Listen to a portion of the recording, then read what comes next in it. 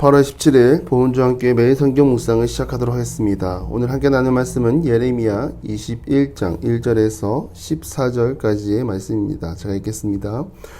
여호와께로부터 예레미야에게 말씀이 임하니라. 시드기야 왕이 말기야의 아들 밧술가 제사장 마아세야 아들 스바냐를 예레미야에게 보내니라. 바벨론의 느부갓네살 왕이 우리를 치니 청컨대 너는 우리를 위하여 여호와께 간구하라. 여호와께서 혹시 그의 모든 기적으로 우리를 도와 행하시면 그가 우리를 떠나리라 하니 예레미야가 그들에게 대답하되 너희는 시드기야에게 이같이 말하라. 이스라엘의 하나님 여호와께서 이와 같이 말씀하시되 보라 너희가 성 밖에서 바벨론의 왕과 또 너희를 에워싼 갈대아인과 싸우는 데 쓰는 너희 손의 무기를 내가 뒤로 돌릴 것이요 그것들을 이 성 가운데로 모아 들이리라. 내가 든 손과 강한 팔 곧 진노와 분노와 대노로 친히 너희를 칠 것이며 내가 또 사람이나 짐승이나 이 성에 있는 것을 다 치리니 그들이 큰 전염병에 죽으리라 하셨다 하라. 여호와의 말씀이니라. 그 후에 내가 유다의 왕 시드기야와 그의 신하들과 백성과 및 이 성읍에서 전염병과 칼과 기근에서 남은 자를 바벨론의 느부갓네살 왕의 손과 그들의 원수의 손과 그들의 생명을 찾는 자들의 손에 넘기리니 그가 칼날로 그들을 취대 측은히 여기지 아니하며 긍휼히 여기지 아니하며 불쌍히 여기지 아니하리라 하셨느니라. 여호와께서 말씀하시기를 보라 내가 너희 앞에 생명의 길과 사망의 길을 두었노라. 너는 이 백성에게 전하라 하셨느니라. 이 성읍에 사는 자는 칼과 기근과 전염병에 죽으려니와 너희를 에워싼 갈대아인에게 나아가서 항복하는 자는 살 것이나 그의 목숨은 전리품같이 되리라. 여호와의 말씀이니라. 내가 나의 얼굴을 이 성읍으로 향함은 복을 내리기 위함이 아니요 화를 내리기 위함이라. 이 성읍이 바벨론 왕의 손에 넘김이 될 것이요 그는 그것을 불사르리라.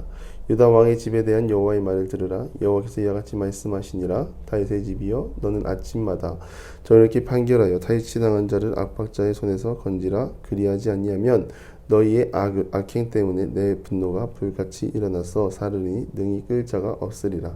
여호와의 말씀이니라. 골짜기와 평원 바위의 주민아 보라 너희가 말하기를 누가 내려와서 우리를 치리요 누가 우리의 거처에 들어오리요 하거니와 나는 내 대적이라. 내가 너희 행위대로 너를 벌할 것이요 내가 또 수풀에 불을 놓아 그 모든 주위를 사르리라. 여호와의 말씀이니라. 아멘.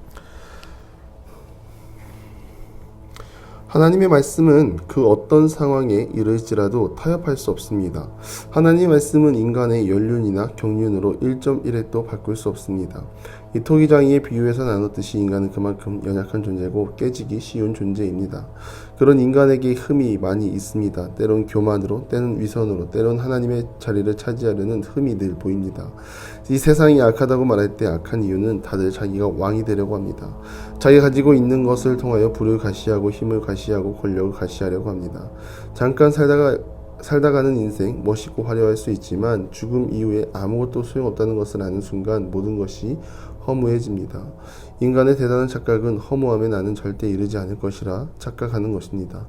내가 사는 것이 영원한 것 같고 지금 당장 가지고 있는 부와 권력 또한 영원할 거라 생각합니다.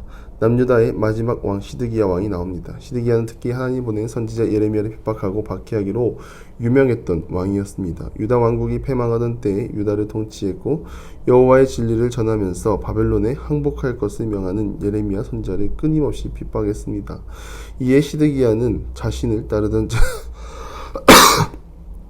두 명을 예레미야 선지자에게 보냅니다. 앞전에 예레미야를 핍박했던 거짓 선지자들이랑 또 다른 인물입니다. 위기의 상황 속에 두 사람을 구별하여 보냈다는 것은 왕도 신뢰한 선지자요 제사장으로서도 믿음직한 사람이라는 것입니다. 그러나 중요한 것은 왕에게 신뢰를 받고 있는 제사장이라 할지라도 그들은 하나님 편에 서 있는 제사장이 아니었다는 것입니다.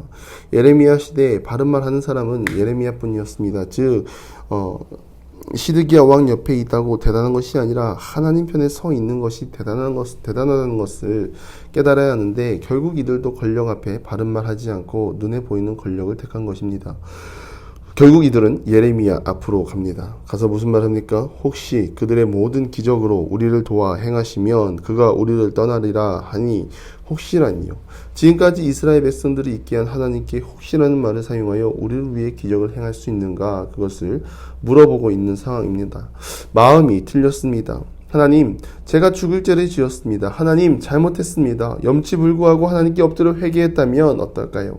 하나님의 능력과 기적이 어렴풋이 기억이 났는지, 혹시 하나님의 모든 기적으로 우리를 도울 수 있는지 물어보는 이 말이 너무 뻔뻔한 상황입니다. 만약 여러분이 하나님이라면 어떻게 하시겠습니까? 사람의 본성이라면 이미 이스라엘은 아웃입니다. 하나님은 자비롭고 은혜롭고 노하기를 더디하시는 하나님이십니다. 즉 하나님은 자녀의 회개를 기뻐하시고 잘못된 길에 섰을지라도 돌이켜 회개하면 은혜와 복을 아낌없이 부어주시는 하나님이라는 사실입니다. 그런 하나님 앞에 이스라엘 백성은 전심으로 회개가 아니라 혹시 가능하다면 바벨론 좀 치워줄 수 있습니까? 라고 말하고 있는 상황입니다. 강구하는 자의 자세가 무엇입니까? 여전히 자신들이 따르는 악을 버리지 않고 이것도 좋고 저것도 좋고 하는 마음으로 하나님께 도움을 구하고 있는 상황입니다.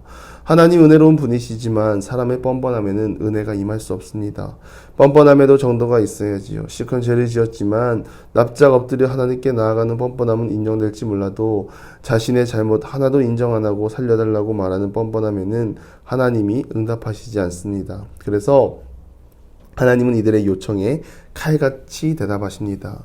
너희들의 응답을 들어주지 않을 것이고 오히려 내가 바벨론을 도울 것이다. 내가 너희와 싸울 것이고 이 성을 내가 무너뜨리고 이 성 안에 전염병이 돌게 하여 다 죽게 할 것이다. 살아남은 자가 없게 할 것이다.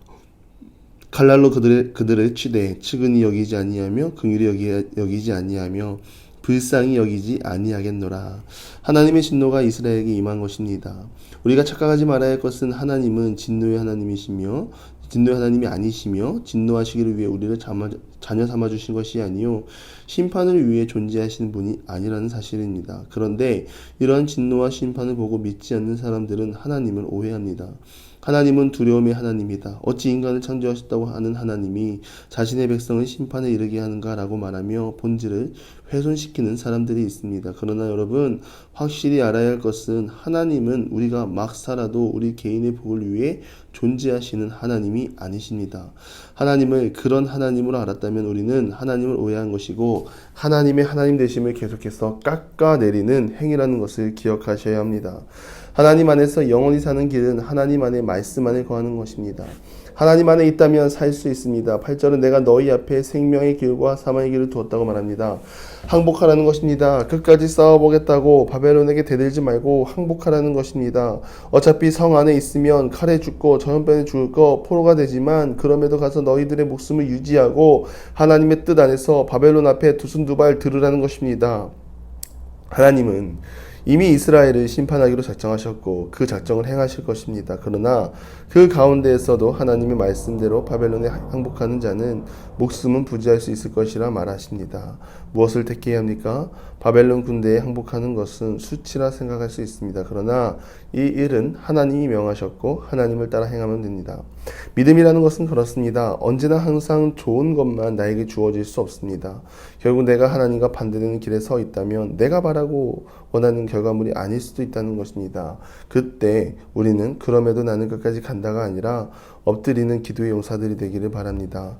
사망의 길은 하나님의 뜻을 거부하는 길이며 사망의 길은 하나님의 뜻을 거부하는 길이며 생명의 길은 하나님 말씀에 순종하는 길입니다. 그렇게 해서 목숨을 건질들 뭐하냐고요? 하나님은 자신의 백성들을 절대로 버릴 분이 아니십니다.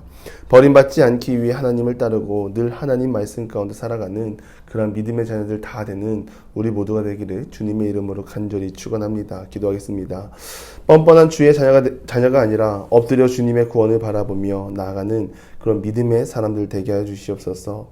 내가 믿고 싶고 내가 따르고 싶은 대로 나가는 것이 아니라 하나님의 말씀 가운데 거하며 늘 하나님의 말씀 앞에 민감하게 반응하는 주의 자녀 다 되게 하여 주시옵소서.